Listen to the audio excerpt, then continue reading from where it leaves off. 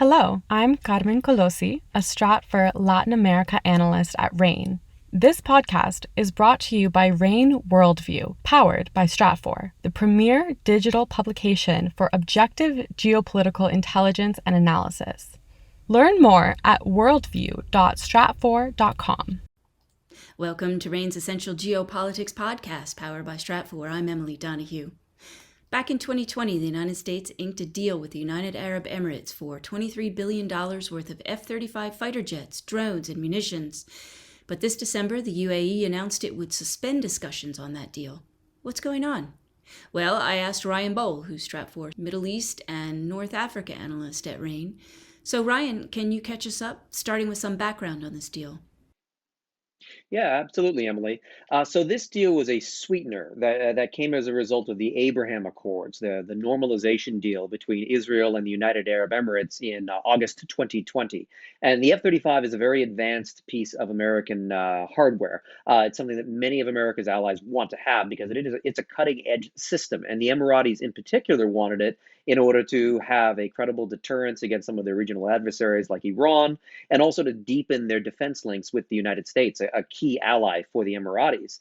And so after the Abraham Accords were signed, the F-35 was pushed by the previous US presidency, the Trump administration, as something of a reward for the Emiratis. And the Israelis also dropped their objections to what's called the qualitative military edge. That is this idea in US policy that they will never sell arms to another state that could threaten Israel militarily, that could outperform Israel militarily.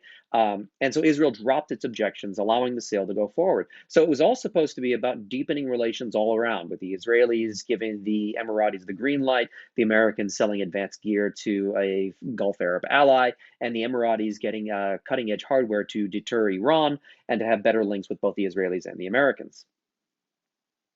Can you talk to me a little bit about China's influence in this UAE matter? What does it say about the region's geopolitics?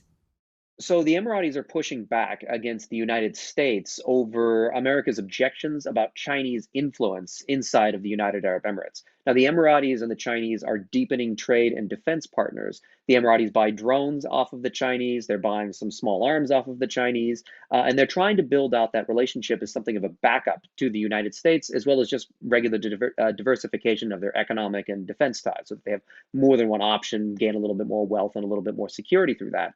But the United States is viewing China more confrontationally, not just in the Pacific and over trade ties, but also in places like the Middle East, where they're worried that the Chinese influence inside of the UAE could be used to spy on American hardware like the F-35. They don't want Chinese spies, whether that's electronic or covert or even physical spies, being able to gain access to the secrets that the F-35 contains. And so the Americans are trying to convince the Emiratis to cut back some of these ties. Specifically, they're trying to get them to drop a contract that they've got with the Chinese telecommunications company Huawei, where Huawei agreed to help build high-speed internet in the United Arab Emirates, and the Americans are worried that this high-speed internet could be used for espionage and could pick up secrets from the F-35. But the Emiratis are more interested in diversification than they are in being pushed into a single camp. They don't want to be either pro-China or pro-America. They want to be able to do business with both.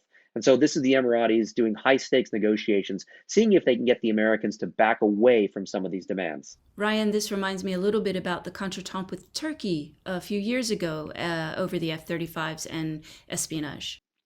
That's right. There are some similarities. In that case, of course, the Turks purchased a high-end Russian military system, the S-400, against clear U.S. objections, against U.S. sanctions law. And as a result, the United States ejected them from the F-35 program and have now seized the F-35s that were supposed to eventually go to Turkey because of that. And there's still loggerheads over that. But the objections were similar. The Americans are worried that the more that the Russians have influence within Turkey, the more likely they are to be able to steal secrets from systems like the F-35.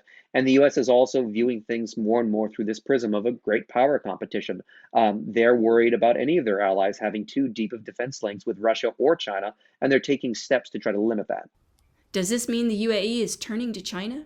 So, in the immediate term, not really. In fact, what the UAE actually did just a short time ago was purchase one of the largest arms deals that's ever signed with France, a fellow ally of the United States, a member of NATO. Purchasing arms from France is not controversial with Washington. This is then represents something of a commercial loss for the United States, but it's not viewed as a strategic loss. So, at the moment, what the Emiratis are trying to do is hold the line with what influence they have.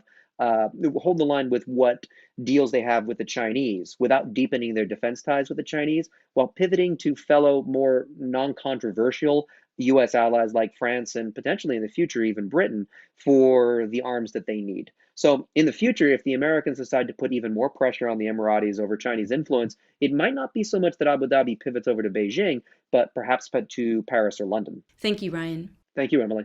Ryan Bohl is Stratfor Middle East and North Africa analyst at RANE. Stay ahead of the news with the latest geopolitical events and analysis of the Middle East. Subscribe to Worldview today. Right now, we're offering a special price for subscriptions. Visit stratfor.com for details. That's stratfor.com. I'm Emily Donahue. Thanks for listening.